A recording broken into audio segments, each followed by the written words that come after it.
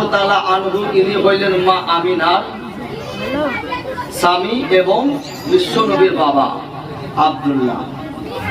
মা আমিনা রাদিয়াল্লাহু তাআলা আনহা কি হযরত আব্দুল্লাহ রাদিয়াল্লাহু তাআলা আনহু যখন বিয়ে করে নিয়ে এলেন, নিয়ে আসার পরে 1 মাস হয়ে গেল, 2 মাস হয়ে গেল, কিছুদিন পরে বলছেন হযরত আব্দুল মুত্তালিব বলছেন যে বেটা আব্দুল্লাহ, বাড়িতে বসে থাকলে তো সংসার চলবে না, কিছু কাজ করতে হবে, ইনকাম করতে, পয়সা কামাতে হবে, এইভাবে সংসার চালানো অসম্ভব, তো বেটা ব্যবসায় যেতে হবে। তো বলে আব্বা ব্যবসায় যেতে হবে, তো ব্যবসা করতে যাব, তো আমি তো ব্যবসার ভালো মন্দ কিছুই জানি না, বুঝি না, আমি ব্যবসায় যাব কি করে? তো বলে বেটা তোমাকে একাই যেতে হবে না, তোমার আরো 9টা ভাই আছে, তাদের সঙ্গে তুমি যাবে, তারা যেভাবে তোমাকে বলবে, আদেশ করবে, হুকুম দেবে, সেইভাবে তুমি ব্যবসাটা চালিয়ে যাবে। হযরত আব্দুল্লাহ রাদিয়াল্লাহু তাআলা আনহু তিনি নিজের পিতা হযরত আব্দুল মুত্তালিবকে বলছেন, আব্বা জান ঠিক আছে আমি যাব, তবে আমি বাড়ি থেকে একটু আমার ঘুরে আসি, একটু কথা বলে আসি, দেখা করে আসি। তো বলে বেটা যাও, তবে তাড়াতাড়ি এসো। হযরত আব্দুল্লাহ রাদিয়াল্লাহু তাআলা আনহু হযরত আব্দুল মুত্তালিবের কথা শুনে, বাবার কথা শুনে, নিজের বিবি মা আমিনা রাদিয়াল্লাহু তাআলা আনহার সঙ্গে বাড়িতে দেখা করতে, কথা বলতে, সাক্ষাৎ করতে চলে গেলেন। যাওয়ার পরে নিজের বিবিকে বলতে আছেন, গো আমার বিবি, আবার আব্বাজান আমাকে আদেশ করেছে, হুকুম করেছে, ওই সন্দেশে ব্যবসা করতে যেতে হবে, তবে বিবি আমার তোমার সঙ্গে আমি কিছুদিন সংসার করেছি, কোনদিন যদি আমার কথাতে চলাতে ব্যবহারে আঘাত পেয়ে থাকো, কষ্ট পেয়ে থাকো, তুমি আমাকে ক্ষমা করে দিও, মাফ করে দিও। বিবি রে, আমি চলে যাচ্ছি, হায়াত মৌতের কথা বলা যায় না, কার নসিবে কখন কার ইন্তেকাল হবে, কখন কার নসিবে ইন্তেকাল লেখা আছে, হায়াত মৌতের কথা বলা যায় না। ওগো আমার বিবি, তুমি আমার জন্য একটু দোয়া করিও। স্বামী গো, এমন কথা কেন তুমি বলছো?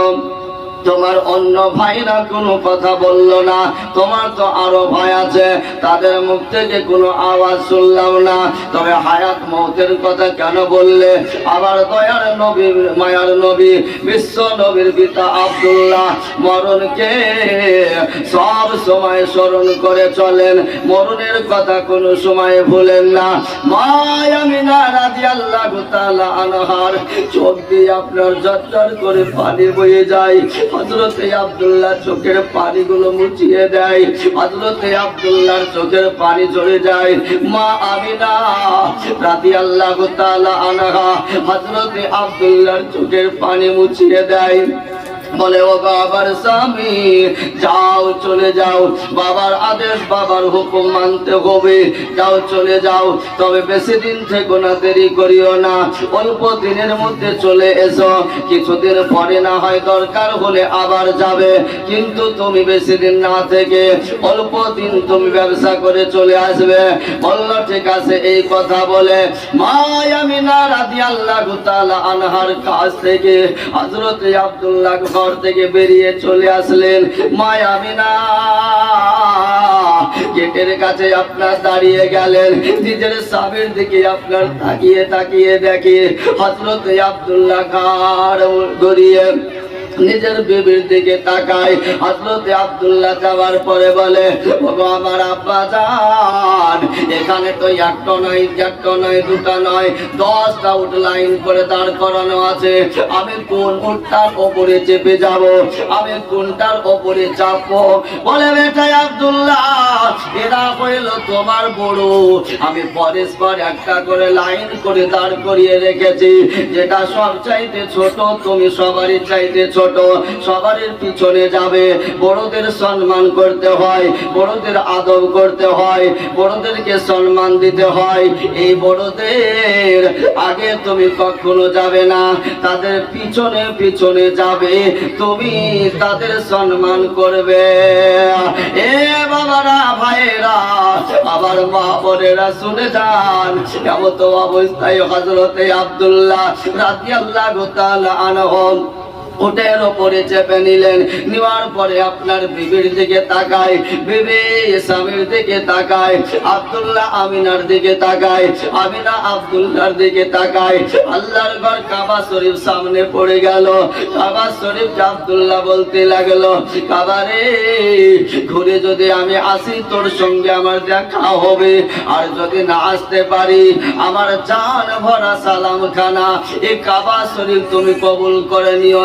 বলে সুবহানাল্লাহ। এ বাবারা, ভাইরা, আবার মা বোনেরা শুনে যান। হযরতে আব্দুল্লাহ রাদিয়াল্লাহু তাআলা আনহু এইভাবে ব্যবসায় চলে গেলেন সন্দেশে। ব্যবসা আরম্ভ হয়ে গেল। আপনার এত ব্যবসায় লাভ হচ্ছে, এত টাকা পয়সা, এত টাকা পয়সা, এত ইনকাম হচ্ছে, এত টাকা কাছে চলে আসছে। একদিন দুদিন করে কিছুদিন চলে গেল, এক সপ্তাহ দুই সপ্তাহ হয়ে গেল, একটা মাস প্রায় হয়ে যাচ্ছে। চট করে একদিন আব্দুল্লাহ বলতে আছেন, ও গো আমার বড় ভাই, ও বড় ভাই হারিস, দাঁড়িয়ে যাও, দাঁড়াও গো, একটা কথা আমি তোমাদের সঙ্গে আলোচনা করতে চাই, তোমাদেরকে জানাতে চাই, তোমাদেরকে আমি বোঝাতে চাই। বললো, ভাই তুমি কি বলতে চাও বলো, তুমি কি জানাতে চাও আমাদেরকে জানিয়ে দাও। বললো, শোনো ভাই, আমাদের অনেক দিন হয়ে গেল বাড়ি থেকে আসা। আব্বার কাছে হয়তো টাকা পয়সা আছে কি নাই জানি না, হয়তো কি অবস্থায় আছে না আছে সেটাও জানি না। চলো আমরা বাড়ি চলে যাই, আর যাওয়ার পরে আব্বার হাতে টাকা পয়সা গুলো তুলে দিব। কিছুদিন পরে না হয় আবার দরকার হলে আমরা ব্যবসা করতে আসব, কিন্তু আর দেরি না করে চলো আমরা বাড়ির দিকে রওনা হয়ে যাই। এই কথা শুনে সমস্ত ভাই রাজি হয়ে গেল। সমস্ত ভাই বলল, ভাই তুমি সঠিক কথা বলেছো, ঠিক কথা বলেছো, বাবার হাতে টাকা পয়সা আছে কি নাই জানি না, চলো গিয়ে আমরা টাকা পয়সাটা দিয়ে আসবো। এই কথা বলে বাড়ির দিকে রওনা হয়ে গেলেন। এমন তো অবস্থায় কিছুদিন আসার পরে হযরতে আব্দুল্লাহর আপনার শরীর যেন গরম হয়ে যাচ্ছে, মাথায় যেন চক্কর মারতে আছে। হযরতে আব্দুল্লাহ উটের উপরে বসে থাকতে পারে না। চট করে বলে, ভাই, ওগো আমার ভাই, তোমরা দাঁড়িয়ে যাও, আর তোমরা আগে বেরো না, আর তোমরা চলে যেও না, এক ধাপ আগে যেও না। ভাই গো, ওগো আমার ভাই, তোমরা দাঁড়াও, আমি যে আমার যে শরীর খারাপ করছে, আমি যে বসে থাকতে পারছি না, আমাকে তাড়াতাড়ি করে তোমরা নেমে উটের ওপর থেকে নামিয়ে নাও। এইভাবে সমস্ত ভাই দাঁড়িয়ে গেলেন। হযরতে আব্দুল্লাহ রাদিয়াল্লাহু তাআলা আনহুকে উটের ওপর থেকে নামিয়ে নিলেন। নেওয়ার পরে ওই জায়গায় কিছুক্ষণ বিশ্রাম নেওয়া হলো, আরাম করা হলো। তারপরে আপনার শরীরটা আস্তে আস্তে একটু সারলো, ঠিক হলো বিরাদার। এমত অবস্থায় হযরতে আব্দুল্লাহ রাদিয়াল্লাহু তাআলা আনহু বললেন, বলে, ভাই গো, আর দেরি না করে তাড়াতাড়ি করে চলেন আমরা বাড়ির দিকে রওনা হয়ে যাই। আল্লাহুম্মা সাল্লি আলা সাইয়্যিদিনা মাওলানা মুহাম্মদ। আমার মা বোনেরা, হযরতে আব্দুল্লাহ রাদিয়াল্লাহু তাআলা আনহুকে তিনার ভাইরা সঙ্গে করে মদিনা শরীফে নিয়ে চলে এলেন। মদিনা শরীফে নিয়ে আসার পরে মদিনা শরীফে আপনার হযরতে আমিনা রাদিয়াল্লাহু তাআলা আনহার বাবার বাড়ি, হযরতে আব্দুল্লাহ শ্বশুর বাড়ি। ওই শ্বশুর বাড়িতে হযরতে আব্দুল্লাহ রাদিয়াল্লাহু তাআলা আনহুকে নিয়ে যাওয়া হলো। শ্বশুর বাড়িতে আপনার যেন গানে বিশ্রাম ইসলাম নেওয়া হলো, আরামের জন্য ওই জায়গায় রাখা হলো। মা আমিনা রাদিয়াল্লাহু তাআলা আনহা কিন্তু জানে না। এ বাবারা ভাইরা, একদিন হয়ে গেল, 2 দিন হয়ে গেল, এমন তো অবস্থায় হযরতে আব্দুল্লাহ বলছে, ভাই গো, আমার ভাই তোমরা বাড়ি চলে যাও, আমার আব্বা জানের কাছে টাকা পয়সা গুলো দিয়ে দাও গা। আর একটা কথা বলছে শোনো, আমি যখন এসেছিলাম ব্যবসা করতে, আমার বিবি আমিনাকে 10টা 20টা টাকা দিয়ে আমি আসতে পারিনি। আবার ভাই, আমার বাড়ির আগ্নেয়ার দিকে আবার এই উটনিটাকে তুমি হাঁকায়া দিও। হযরতে হারিস বলতে আছেন, ভাই গো, আমি তোমার উটনিটা যখন আমিনার দিকে হাঁকায়া দিব, আমিনা যখন আমাকে জিজ্ঞাসা করবে যে আপনার ভাই কই, আমার স্বামী কই, তখন আমি কি জবাব দিব, কি উত্তর দিব বলো? বলে, ভাই গো, তুমি বলবে তোমার বাবার বাড়িতে আছে, খুব ভালো আছে, কোনো চিন্তা নাই। বলে, আমার আব্বা জান বলেছে যে ইউসুফ আলাইহিস সালামকে তিনার ভাইরা আপনার ছাগল চড়াতে নিয়ে যাব বলে কুয়ায় ফেলে দিয়েছিল এবং বলেছিল বাঘে খেয়ে নিয়েছে, তাই রক্ত মাখানো আপনার জুব্বাখানা, আপনার কাপড়াটা নিয়ে যাওয়ার পরে ইয়াকুব আলাইহিস সালামকে দিয়েছিল। এই কথা আমাদেরকেও বুঝিয়ে সুন্দর করে বলে দিয়েছে। ভাই, আমি তোমাকে রেখে যেতে পারবো না, তোমাকে আমি এখানে রেখে যেতে পারবো না, ভাই তোমাকে সঙ্গে করে নিয়ে যাব। বলে, ভাই গো, এইভাবে কটা দিন কেটে যাবে, কিন্তু আমি যেতে পারবো না। এইদিকে মা আমিনা রাদিয়াল্লাহু তাআলা আনহা বাড়ির গেট, ঘরের গেটটা, ঘরের জানালাটা খুলে দেয়, আর রাস্তা দিয়ে তাকিয়ে তাকিয়ে দেখি হয়তো আমার স্বামীর কাফেলার দল আসবে। আমার স্বামীর মনে হয় দলটা চলে আসে, একটা দল চলে আসছে। হযরতে আমিনা মনে মনে বলছেন, ওটাই মনে হয় আমার স্বামীর কাফেলার দল আসছে। কাছে যখন চলে আসে, হযরতে আমিনা নজরে পড়ে যায় যে ওটা স্বামীর দল না, ওটা অন্য কোনো কাফেলা চলে আসে। চট করে আমিনার মন যেন আপনার খারাপ হয়ে যায়, আমিনার মন খারাপ হয়ে যায়। আমিনা থাকতে পারে না, সহ্য করতে পারে না। এমন তো অবস্থায় বিরাদর ইসলাম কি বলবো, ও গো আমার মা বোনেরা, ও গো আমার বাবা জীবনেরা, ওইদিকে আপনার ভাই আপনার কথাবার্তা চলছে। বড় ভাই ছোট ভাইকে বোঝায়, ছোট ভাই বড় ভাইকে বোঝায়, আপনার সুন্দর করে বোঝানো হলো। এবার আপনার সমস্ত ভাইগুলো আপনার যেন এই দিকে বাড়ির দিকে রওনা হয়ে গেলেন। 10টা ভাই দিয়েছে, আর 10টা উট ফিরে আসে, আর 9টা আপনার ভাই আসে, আর একটা ভাই যেন থেকে গেল ওখানে, যেটার নাম হইল হযরতে আব্দুল্লাহ।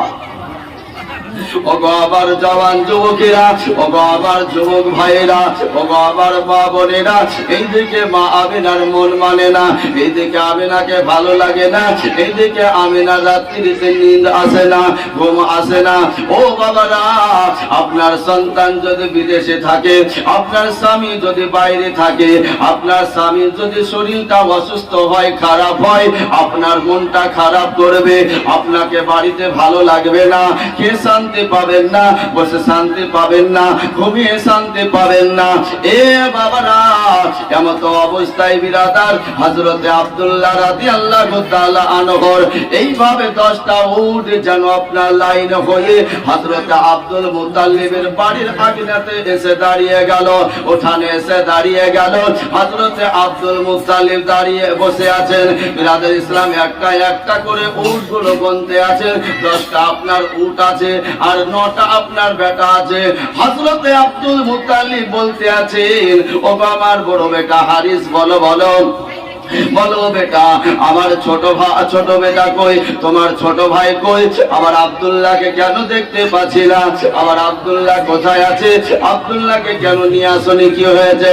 বলে, আব্বা জান, আব্বাজান আমার ছোট ভাই তিনার শ্বশুর বাড়িতে আছে মদিনা শরীফে, তিনার শরীরটা একটু অসুস্থ বলে তাকে রেখে এসেছি, চিন্তা নাই কিছুদিন পরে না হয় গিয়ে নিয়ে আসবো, এখন ভালোই আছে। জোরে বলে সুবহানাল্লাহ। বাবারা ভাইয়েরা আমার মা বোনেরা শুনে যান জীবনী বিরাদের ইসলাম এমন অবস্থায় হযরতে মা আমিনা রাদিয়াল্লাহু তাআলা আনহা ঘরের ভিতর থেকে বেরিয়ে চলে আসেন। আসার পরে একটা একটা করে উট গরু গুনতে আছেন, 10টা আপনার উট আছে আর 9টা আপনার মানুষ আছে, কিন্তু নিজের স্বামীকে দেখতে পাই না। হযরতে আমিনা রাদিয়াল্লাহু তাআলা আনহা হযরতে আব্দুল মুত্তালিবের কাছে চলে এলেন। আসার পরে বলতে আছেন, আব্বাজান আপনার ছোট বেটা আব্দুল্লাহ কই, আমার স্বামী কই? একসঙ্গে তারা ব্যবসা করতে গিয়েছে আর 9টা মানুষ ফিরে আসছে আর একটা মানুষকে রেখে আসছে, তার না জানি কি হয়েছে, তাকে কেন বাড়ি নিয়ে আসেনি? বলে আমি না, চিন্তা করো না, তোমার বাবার বাড়িতে আছে, খুবই ভালো আছে, কিছুদিন পরে নিয়ে হবে। যাও আমি না ঘরের ভিতরে চলে যাও আর যাই নামাজ খানা বিছিয়ে দাও, আল্লাহর দরবারে হাত তুলে দোয়া করো। জোরে বলে সুবহানাল্লাহ। ও বাবারা ভাইরা আমার মা বোনেরা এইভাবে দোয়া করতে আছে বিরাদার। একদিন চলে গেল, 2 দিন চলে গেল, 3 দিন হয়ে গেল, 1 সপ্তাহ হয়ে গেল বিরাদার। একদিন আমেনা রাদিয়াল্লাহু তাআলা আনহা ছুটতে ছুটতে চলে আসেন আব্দুল মুত্তালিবের কাছে। আসার পরে তিনি বলতে আছেন, ও আমার আব্বাজান, ও আমার আব্বা হুজুর, আপনার কাছে একটা আমি কথা বলার জন্য এসেছি। বলো কি বলতে চাও বলো। যে আমার স্বামী আপনার ছোট বেটা আব্দুল্লাহ আজ কয়েকদিন হয়ে গেল বাড়িতে নাই, কেমন আছে না আছে, কিরকম আছে না আছে, তিনাকে বাড়িতে নিয়ে আসার জন্য আপনার যে কোনো একজন বেটাকে আপনি পাঠিয়ে দেন, তারপরে না হয় নিয়ে আসবে, তারপরে কেমন আছে না হয় দেখে আসবে, খবরটা দিবে। ঠিক আছে, ভালো কথা বলেছো। হযরতে আব্বাস রাদিয়াল্লাহু তাআলা আনহুকে ডাকলেন, এ আব্বাস বেটা যাও যাও যাও, তোমার ছোট ভাই আব্দুল্লাহর কাছে যাও, কেমন আছে না আছে একটু খবর নিয়ে আসো। বলে আব্বা জান খুব ভালো কথা বলেছো, ভাইকে কয়েকদিন হয়ে গেল রেখে আসা, এখনো খবর নেওয়া হলো না। ঠিক আছে আব্বা আমি যাচ্ছি। হযরতে আব্বাস রাদিয়াল্লাহু তাআলা আনহু বাড়ি থেকে বেরিয়ে চলে গেলেন আপনার জানো ভাইকে আনার জন্য। যেমন অবস্থায় বিরাদার চলে যায় রাস্তা দিয়ে যেতে যেতে মদিনা শরীফে যখনই আপনার প্রবেশ করেছেন, আপনার মানুষের যেমন জানাজা নিয়ে যাওয়া হয় ওই রকম ভাবে মানুষের লাইন আপনার যেন বেরিয়ে চলে যাচ্ছে। আপনার মাথায় আছে টুপি, গায়ে আছে পাঞ্জাবি, মানুষ আপনার এইভাবে দলে দলে চলে যাচ্ছে। একজন ব্যক্তিকে জিজ্ঞাসা করা হলো, চাচাজান এই লাইনটা কোথায় যাবে? বলল আমি জানি না, জানার প্রয়োজন হলে সামনে চলে যাও। এ আব্বাজান এই লাইনটা কোথায় যাবে? বলল আমি জানি না, সামনে চলে যাও। আবার একজন ব্যক্তিকে জিজ্ঞাসা করা হলো, ভাই এই লাইন কোথায় যাবে? আমি জানি না, সামনে চলে যাও। এবার আপনার যেতে যেতে যেতে যেতে শেষ সীমানায় যখনই পৌঁছে গেলেন, একটা খাটলিতে যেন একটা লাশ আপনার শুয়ে আছে, পড়ে আছে। বিরাদর ইসলাম হযরতে আব্বাস রাদিয়াল্লাহু তাআলা আনহু যাওয়ার পরে তিনি বলতে আছেন, এখানে কার লাশ আছে একটু আপনারা আমাকে দেখাবেন। কারো যদি দেখার প্রয়োজন হয় নিজে হাতে বাঁধন খুলে তোমরা দেখে নাও। হযরতে আব্বাস রাদিয়াল্লাহু তাআলা আনহু এইদিকে একটা একটা করে বাঁধন খুলতে আছে, আর এইদিকে মা আমিনা রাদিয়াল্লাহু তাআলা আনহা ওই রাতের বেলায় আপনার ঘুমে আছে গো। যেমন ঘুমের অবস্থায় বিরাদার একটা স্বপ্ন আপনার দেখতে আছে, একটা ঘূর্ণি ঝড় যেন ঘুরতে ঘুরতে কাবা শরীফের ছাদের উপরে চলে আসলো, আর আমা আমিনা রাদিয়াল্লাহু তাআলা আনহার মাথার কাপড়টাকে নিচে ফেলে দিল। তারপরে আপনার আবার কাপড়টা তুলে দিলেন, আবার ঘূর্ণি ঝড়ে আপনার মাথার কাপড় কাপড়টা নিচে ফেলে দিল, তারপরে আবার তুলে দেওয়া হলো, আবার আপনার মাথার কাপড়টা নিচে ফেলে দেওয়া হলো। এইভাবে মাথার কাপড় আপনার তুলে যায় আর আপনার ঘূর্ণিঝড়টা মাথার কাপড়টা নিচে ফেলে দেয়। এইভাবে বিরাদর ইসলাম স্বপ্নটা দেখে নিলেন। দেখার পরে মায়াবিনার ঘুম আসে না, মায়াবিনার দিন আসে না। আল্লাহ গো, জীবনে এরকম স্বপ্ন আমি কোনোদিন দেখিনি। আল্লাহ, এত বড় স্বপ্ন আমি জীবনে কোনোদিন দেখিনি। এই স্বপ্নের মানে কি হতে পারে? এই স্বপ্নের তাবির কি হতে পারে? এই স্বপ্নের মানে কি হতে পারে? বাবারা, ভাইরা, হযরতে মায়াবিনা রাদিয়াল্লাহু তাআলা আনহা ওই গভীর রাত্রিতে বিরাদার হযরতে আব্দুল মুত্তালিবের কাছে উঠে আসতে পারেন না। এবার আপনার যখন একটু পরিষ্কার হয়েছে, সকাল হয়েছে, সর্বপ্রথম আমিনা রাদিয়াল্লাহু তাআলা আনহা আব্দুল মুত্তালিবের কাছে এসে হাজির হয়ে গেছে। বলে, আব্বা, ওগো আমার আব্বা জান, আপনার কাছে আমি একটা স্বপ্নের তাবিজ জানার জন্য এসেছি, একটা স্বপ্নের মানে জানার জন্য এসেছি। বললো, কি মানে জানতে চাও বলো? বলে, আব্বা গো, আমি আজকে একটা স্বপ্ন দেখলাম যে একটা ঘূর্ণিঝড় কাবা শরীফের ছাদের উপরে আসলো আর ঘুরতে ঘুরতে আবার মাথার কাপড়টাকে নিচে ফেলে দিল, তারপরে চলে গেল। আব্বা জান, এর মানে কি হতে পারে আমি আপনার কাছে জানতে চাই। হযরতে আব্দুল মুত্তালিব জ্ঞানী গুণী মানুষ, কাবা শরীফের মুতাল্লি, কাবা শরীফকে দেখভাল করেন। হযরতে আব্দুল মুত্তালিবের চোখ দিয়ে ঝরঝর করে পানি বইতে আছে। আমি না বলতে আছে, আব্বা জান, আপনার কাছে আমি স্বপ্নের মানে জানতে চাইলাম, আপনার কাছে স্বপ্নের তাবির জানতে চাইলাম। আর আপনি স্বপ্নের তাবির না বলে, স্বপ্নের মানে না বলে আপনার চোখে কেন পানি দেখা যায়? আপনি কেন কান্না করতে আছেন? বলে, আব্বা গো, আপনার চোখের পানি আমি সহ্য করতে পারছি না। হযরতে আব্দুল মুত্তালিব রাদিয়াল্লাহু তাআলা আনহু তিনি বলতে আছেন, আমিনা, ওই আমিনা, তোমাকে কি বলবো, যাও তুমি ঘরের ভিতরে চলে যাও, আবার বেটা আব্দুল্লাহর জন্য দোয়া করো। বলে, কেন, কি হয়েছে? আমিনা রে, যে কোনো বিবাহিতা নারীর যখন মাথার কাপড় বারবার পড়ে যায় আর আপনার মাথায় কাপড় যদি না থাকে, তার জানতে হবে তার স্বামী দুনিয়ায় বেশি দিন বাঁচে না। জোরে বলে সুবহানাল্লাহ। আল্লাহুম্মা সাল্লি আলা মাওলানা মুহাম্মদ ওয়া আলা আলি সাইয়্যিদিনা সাল্লি আলা মুহাম্মাদিন हरदम ज़ाबा से निकालो पाक, हरदम ज़ाबा से निकालो शाफी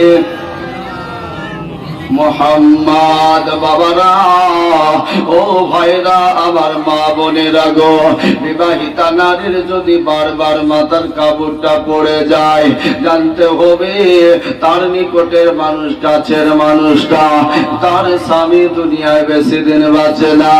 এ বাবারা, আপনার স্বামী যদি বাইরে থাকে, বিদেশে থাকে, আর আপনি যদি এরকম দৃশ্য স্বপ্নটা দেখেন, আর আপনাকে যদি স্বপ্নের মানে এরকম কেউ বলে, আপনার মনটা কি বলবে বাবা? আপনার কলিজাটা ফেটে যাবে। আপনার মন বলবে যদি মাটি ফাটাটাকে ঢুকে যায়।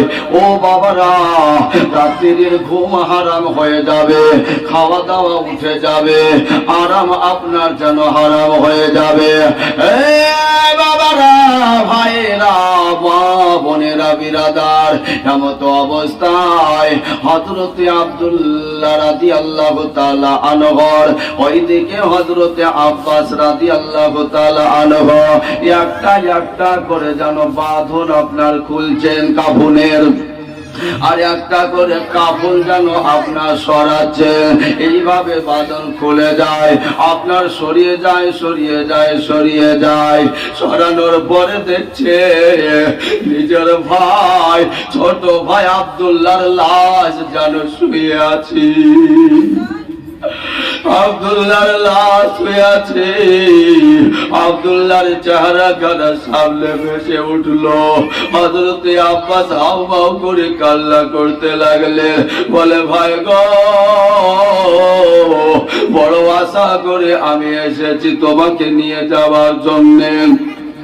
আমি বাবাকে কথা দিয়েছি, আমিনাকে কথা দিয়েছি, ভাই গো তুমি আমাদেরকে ছেড়ে একাই চলে গেলে এইভাবে। ও ভাই, আমি বাবাকে কি বলে বুঝাবো, সান্ত্বনা দিব?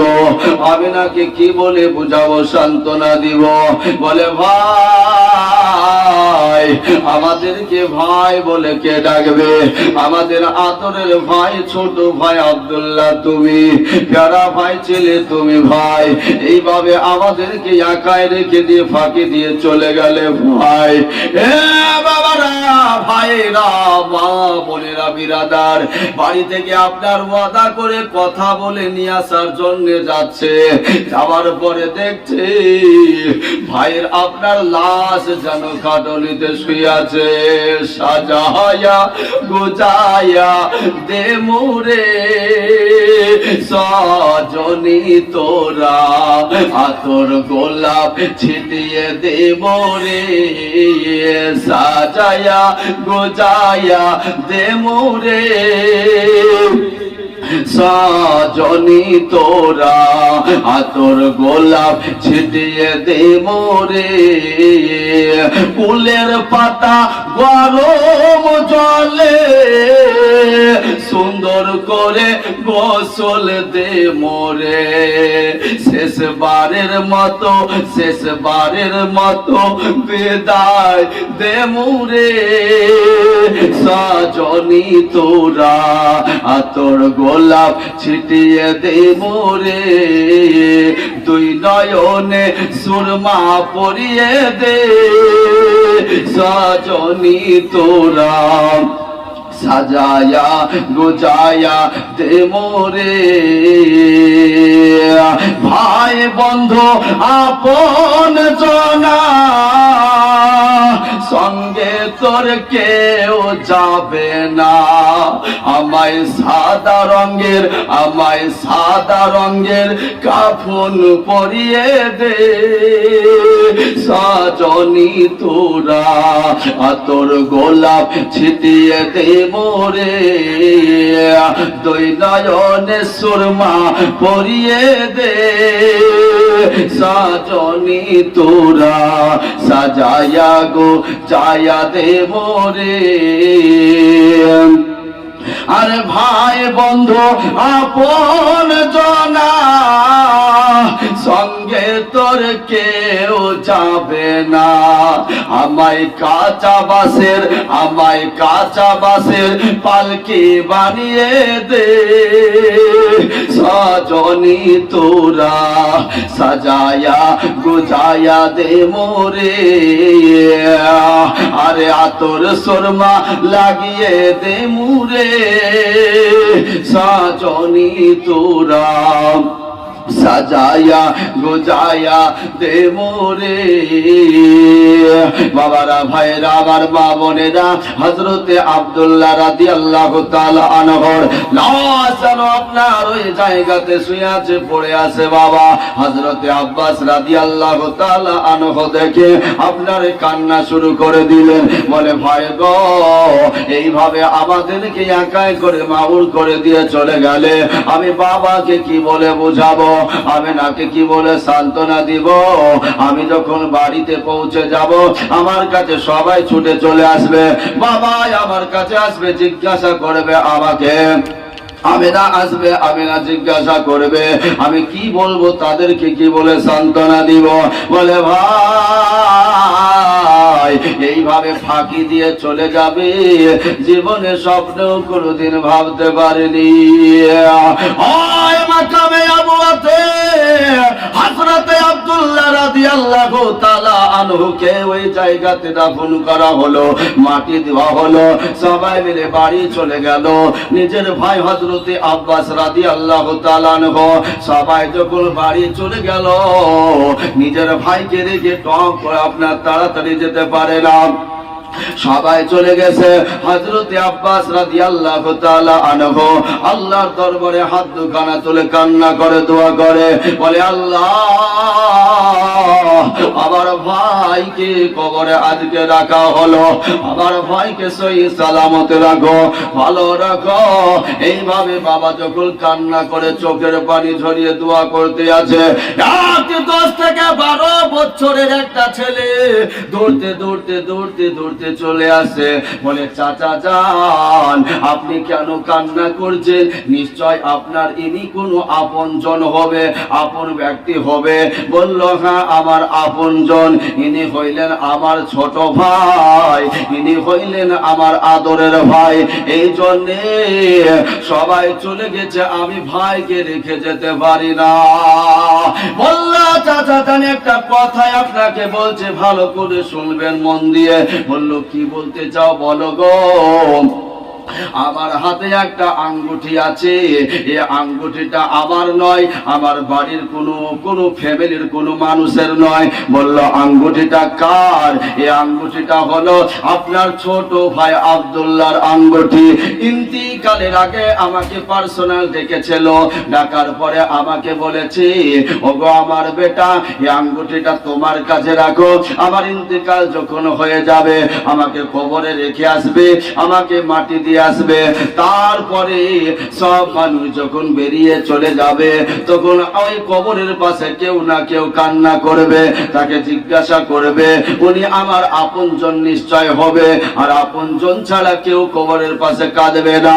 ওই ব্যক্তির কাছে পরিচয় নিবে, নেওয়ার পরে বলবে আমি নাকি 10-20টা টাকা আমি দিয়ে আসতে পারিনি।